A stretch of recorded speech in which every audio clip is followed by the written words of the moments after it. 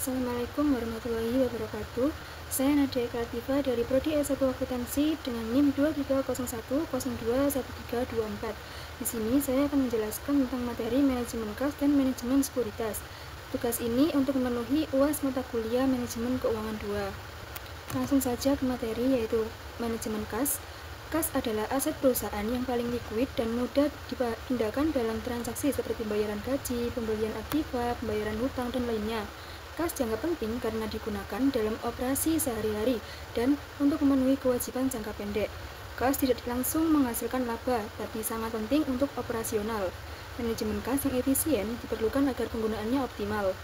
Adapun fungsi dan jenis kebutuhan kas, yaitu kas digunakan untuk operasi harian atau rutinitas seperti pembayaran gaji, pembelian bahan baku dan bahan bantu, biaya administrasi, dan kantor. Sedangkan pembelian aktiva tetap atau kebutuhan tidak rutin seperti investasi mesin, pembayaran dividen, pajak, utang, dan lain-lain. Kemudian ada tujuan perusahaan menyimpan kas, yaitu transaksi untuk kebutuhan harian seperti pembayaran gaji, pembelian bahan biaya kantor, dan lain-lain. Kemudian ada berjaga-jaga, yaitu mengantisipasi pengeluaran tak terduga atau darurat, misalnya kerusakan alat mendadak, biaya tak terduga yang harus segera dibayar. Kemudian ada spekulasi, yaitu untuk memanfaatkan peluang seperti membeli bahan saat harganya murah karena diprediksi akan naik. Kemudian ada aliran kas, yang pertama yaitu kas keluar atau cash outflow, yaitu pembayaran rutin dan tidak rutin, misalnya gaji, utang, pajak, pembelian aktiva tetap. Kemudian ada kas masuk, yaitu kas inflow, hasil dari penjualan produk atau jasa, penerimaan piutang, bunga bank, penjualan saham, pinjaman, dan lain-lain. Terdiri dari yang rutin, penjualan tunai, dan tidak rutin, yaitu penjualan aktiva dan pinjaman. Kemudian ada persediaan kas minimal. Kas memiliki likuiditas tertinggi sehingga penting untuk menjamin kewajiban jangka pendek. Likuiditas yaitu kemampuan perusahaan bayar kewajiban jangka pendek. Makin besar kas, makin tinggi likuiditas, tapi kas berlebih menurunkan efisiensi. Rentabilitas vs likuiditas yaitu harus seimbang. Terlalu banyak kas menurunkan keuntungan atau rentabilitas, terlalu sedikit menyulitkan operasi. Kemudian ada persediaan kas minimal atau safety cash, yaitu jumlah kas minimal untuk menjamin kelangsungan operasi perusahaan.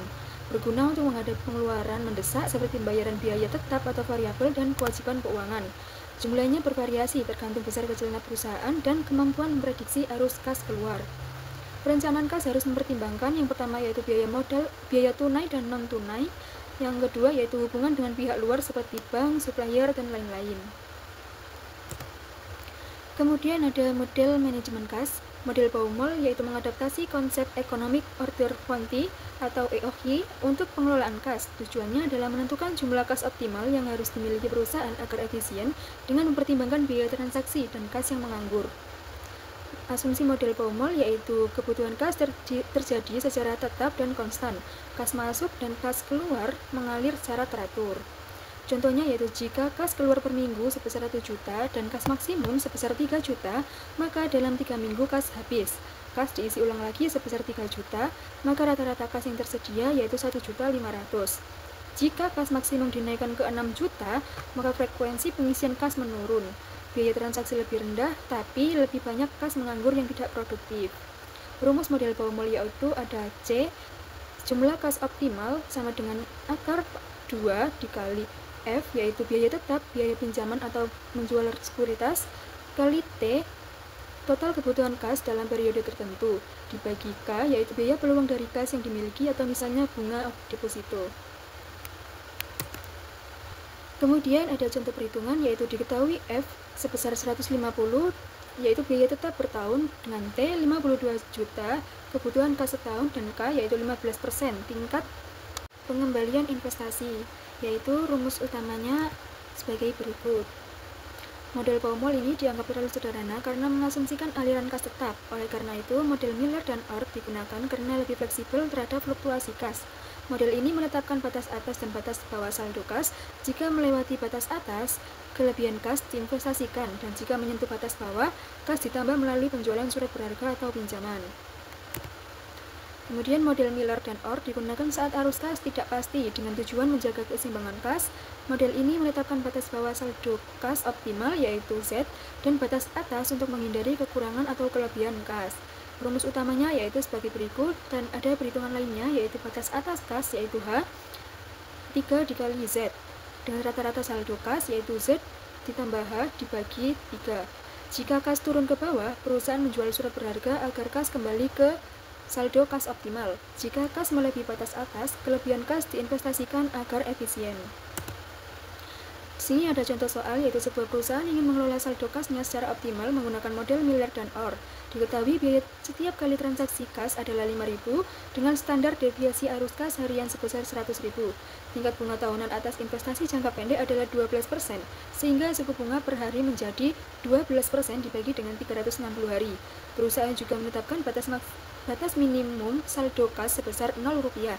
Dari data tersebut, perusahaan ingin mengetahui berapa saldo kas optimal yaitu Z yang sebaiknya disediakan setiap hari, serta berapa batas atas saldo kas yang harus dijaga. Nah, perhitungannya yaitu sebagai berikut. Jadi, saldo kas optimal atau Z yang sebaiknya dijaga perusahaan adalah sebesar Rp482.745 dengan batas atas saldo kas sebesar Rp1.448.235 hasil dari 3 dikali Z.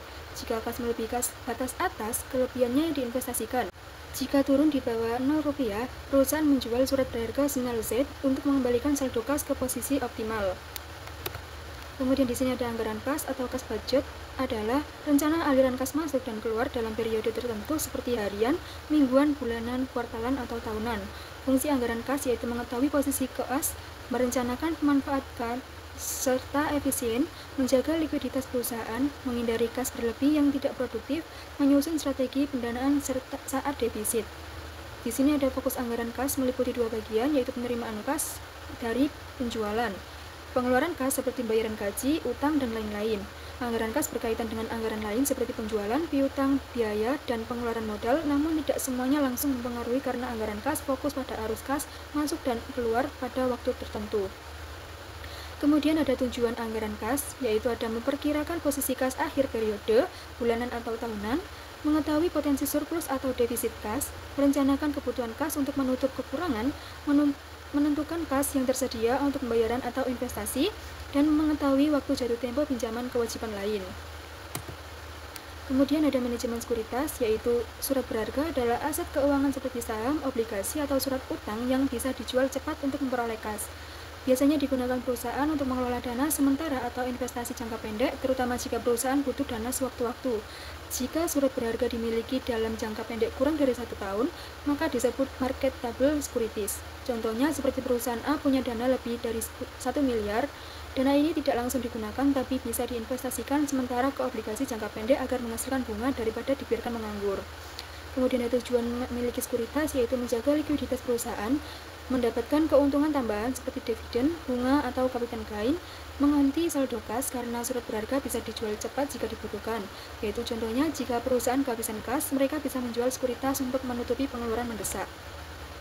Kemudian ada kriteria pemilihan sekuritas, yaitu resiko keuangan gagal bayar dari pihak peminjam, misalnya obligasi tidak bayar, resiko suku bunga, harga obligasi turun kalau suku bunga naik, resiko likuiditas, yaitu sulit menjual surat berharga saat butuh uang, dan resiko inflasi, daya beli uang turun, hasil investasi jadi kurang bernilai. Perusahaan harus memilih sekuritas yang aman, liquid, dan memberikan hasil yang terbaik. Hasil yang diharapkan return atau yield, yaitu keuntungan yang diperoleh bisa berupa dividen, bunga, dan capital gain. Contohnya, perusahaan membeli obligasi senilai 100 juta dan tiap tahun dapat bunga 5%, returnnya yaitu 5 juta per tahun. Kemudian ada pentingnya diversifikasi, yaitu portofolio sekuritas. Perusahaan sebaiknya tidak hanya menaruh dana di satu jenis sekuritas, misalnya hanya obligasi, karena resikonya besar. Maka dibuat portofolio sekuritas yang kombinasi berbagai jenis investasi agar resiko tersebar. Prinsipnya yaitu jangan menaruh semua telur dalam satu keranjang. Contohnya yaitu daripada seluruh dana di saham yang resikonya tinggi, perusahaan bisa bagi 50% ke saham, 30% ke obligasi, 20% ke deposito. Ini membantu menyeimbangkan antara risiko dan hasil return. Di sini ada diagram portofolio sekuritas, yaitu risiko keuangan, risiko tingkat bunga, risiko likuiditas, risiko inflasi. Kemudian hasil atau yield atau return, kemudian ada risiko vs return, dan terakhir yaitu portofolio sekuritas. Intinya, perusahaan mengelola risiko agar mendapatkan return yang seimbang dengan cara membentuk portofolio. Sekian dari materi yang saya sampaikan. Terima kasih. Wassalamualaikum warahmatullahi wabarakatuh.